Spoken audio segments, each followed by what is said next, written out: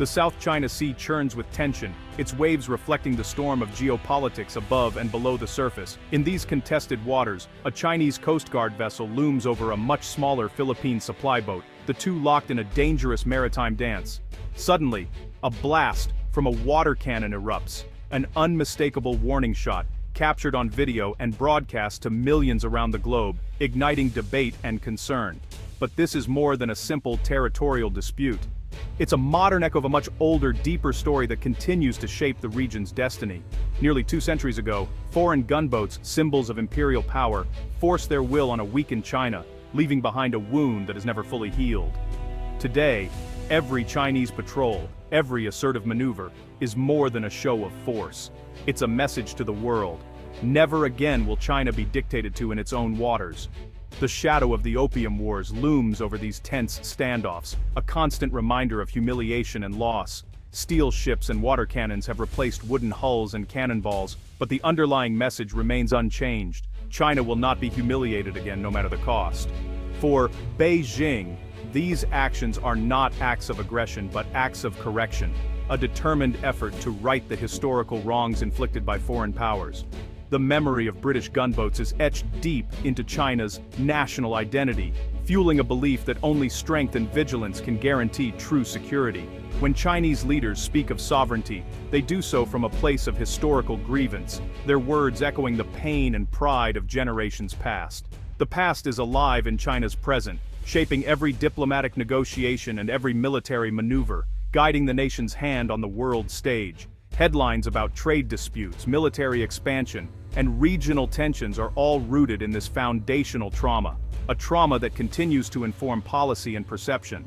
Modern China's foreign policy doesn't begin with economic reforms or global ambitions. It begins with the memory of the Opium Wars, a starting point for its quest for respect and security. It's the story of a proud nation once brought low by foreign powers, now determined to stand tall, reclaim its dignity, and shape its own future. Understanding this deep connection between past and present is crucial to making sense of China's actions and ambitions on the world stage today. The vow is simple, yet powerful. Never again will China be pushed around. Never again will it allow its sovereignty to be trampled. For centuries, the Qing dynasty saw China as the world's center, wealthy, powerful, and culturally supreme. The Forbidden City stood as a symbol of this unshakable confidence, its walls echoing with the belief that China was the heart of civilization, surrounded by lesser nations. Foreigners were considered barbarians, permitted to trade only if they showed proper respect and offered tribute, reinforcing China's sense of superiority and control over its borders. But Britain had a growing problem. It craved Chinese tea, silk, and porcelain, but China refused British goods, draining British silver reserves and creating a trade imbalance that threatened Britain's economy. The British found a solution: opium. Smuggled from British India into China, opium addiction spread rapidly, devastating millions of lives and tearing the fabric of Chinese society apart. The drug's grip reached every level, from peasants to officials, fueling a crisis that the Qing government could not ignore. The emperor, horrified by the scale of the disaster, appointed the resolute Lin Zexu to stamp out the opium trade and restore order. Lin acted decisively, blockading foreign merchants and publicly destroying over 20,000 chests of opium in a dramatic act of defiance that shocked the world and sent a clear message to foreign powers. Britain responded with force, dispatching modern steam-powered gunboats to China's shores, pitting advanced Western technology against China's outdated fleet and defenses. The First Opium War erupted, a brutal and one-sided conflict that became a harsh awakening for the Qing Empire, shattering illusions of invincibility. How could a distant barbarian island defeat mighty China so easily? The question haunted officials and citizens alike, shaking the foundations of the empire's worldview. The answer was clear: China's technological and military weakness left it vulnerable. The Industrial Revolution had transformed Europe, while China's armies and weapons lagged far behind. The world China knew, with itself at the center, was shattered. The old order was crumbling, and a new, uncertain era was beginning. The Opium Wars exposed the empire's vulnerability, revealing deep cracks in its political and social structure. The shock was not just military defeat, but a collapse of confidence and national pride. The people felt betrayed and bewildered, their world turned upside down. The trauma of this moment would shape China's identity for generations, leaving scars that would influence its politics, culture, and sense of self for a century to come. The Opium Wars were not just about drugs, they were about sovereignty, pride, and the very survival of a civilization that had once seen itself as unassailable. The lesson was clear. The world would no longer revolve around China. Global power was shifting and China would have to adapt or be left behind. The humiliation had only just begun, as a series of unequal treaties forced China to make painful concessions to foreign powers. The consequences of the Opium Wars would echo for a century, shaping China's struggle for dignity, reform, and a new place in the world. The First Opium War ended in catastrophe for China. Once a proud and ancient civilization, China suddenly found itself at the mercy of foreign powers, its sovereignty shattered on the world stage. The Treaty of Nanking forced China to pay huge reparations, open key ports to foreign trade, and cede the vital island of Hong Kong to Britain. This marked the beginning of a new era of foreign domination. This was the first of many so-called unequal treaties imposed by Western powers, each one stripping away more of China's independence and dignity. Soon, France, Russia, Germany, and Japan joined in, carving up China into spheres of influence and demanding special privileges, each seeking their own advantage. British and French troops even looted and burned Beijing's magnificent old summer palace, a calculated act of humiliation meant to send a message to the Chinese people and their rulers. Foreign concessions in Chinese cities operated under their own laws, not China's, creating pockets of foreign control and deepening the sense of national humiliation. The Qing dynasty grew weaker with each passing year, unable to stop the bleeding or restore China's former glory. Corruption and internal strife only made things worse. This era, stretching from the Opium Wars in the 1840s to the founding of the People's Republic in 1949, is known as the Century of Humiliation, a time of national trauma and loss. It's not just history, it's a core part of China's national story, taught in every school and remembered by every generation.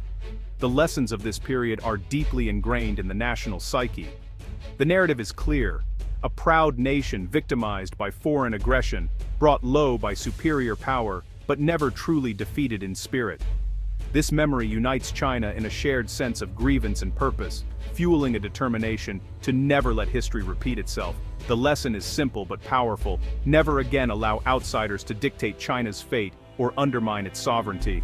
The Century of Humiliation is the dark backdrop to China's modern rise, a constant reminder of what was lost and what must be protected. It's a story that still shapes China's worldview today, influencing its policies, ambitions, and the way it engages with the rest of the world. After the Qing fell, China descended into chaos, warlords, division, and weakness. The memory of humiliation became a rallying cry for both nationalists and communists. When Mao's communists took power in 1949, the Opium Wars became the centerpiece of China's official history.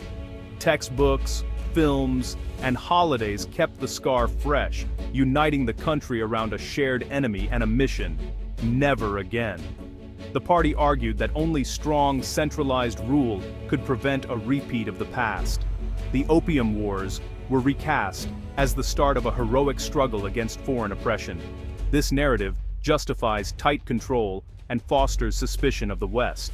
National rejuvenation means erasing the verdict of the Opium Wars. The scar is now a symbol of pride, vigilance, and unity. The first lesson China drew from its humiliation: weakness invites aggression. In the 1800s, China's wealth meant nothing against Western military might. The Opium Wars proved that cultural superiority was no shield. Today, this lesson drives China's military modernization.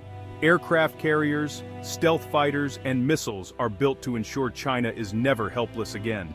Beijing's assertiveness in the South China Sea is about pushing threats far from its shores, building artificial islands, and militarizing them creates a defensive buffer. These moves alarm neighbors, but for China, they're necessary. The goal: a military so strong that no one dares challenge China's core interests. The People's Liberation Army is more than a force. It's a symbol of recovery. Respect in China's view comes from strength, not goodwill. The trauma of the Opium Wars justifies this relentless pursuit of power. The Opium Wars were a trade dispute turned violent. Britain forced China to accept harmful trade at gunpoint. The lesson: trade is never just economics, it's about power. China now seeks self-reliance in key technologies, determined never to be vulnerable again. Initiatives like Made in China 2025 aim to end dependence on foreign tech. China also uses its own market as leverage, punishing countries that cross it with tariffs or boycotts. Economic coercion is now a tool China wields, reversing the old dynamic. Where China was once forced open, now it controls access. Trade is a weapon, and China intends to wield it. The unequal treaties taught China to distrust international law written by others. Western rules were imposed at gunpoint, violating China's sovereignty. Today, China views the rules-based order with suspicion, seeing it as biased and exclusionary. When international courts rule against China, Beijing rejects their legitimacy. Criticism on human rights is seen as hypocrisy and interference. China is building its own institutions and promoting its own values globally. The lesson: if you don't help write the rules, they'll be used against you. The Opium Wars taught China that moral arguments are useless without power. Appeals to justice were ignored. Only force got results. Today, China's foreign policy is pragmatic and unsentimental, guided by national interest and power. Wolf warrior diplomacy signals China will not be talked down to. Through the Belt and Road Initiative, China builds influence and alliances, not charity. The goal: comprehensive national power, economic, military, and diplomatic. Every decision is weighed against this quest for strength. The lesson: only power protects sovereignty and dignity. In 2026, China is a superpower, but the ghost of the Opium Wars still haunts its ambitions. The century of humiliation justifies China's drive for strength and respect. Where the West sees aggression, China sees restoration and defense. This historical lens fuels friction with the world. The lessons of weakness, trade, rules, and power are the software running China's foreign policy. China is quick to resist foreign pressure, seeing it through the lens of past trauma. Understanding this story is essential to navigating the turbulent century ahead.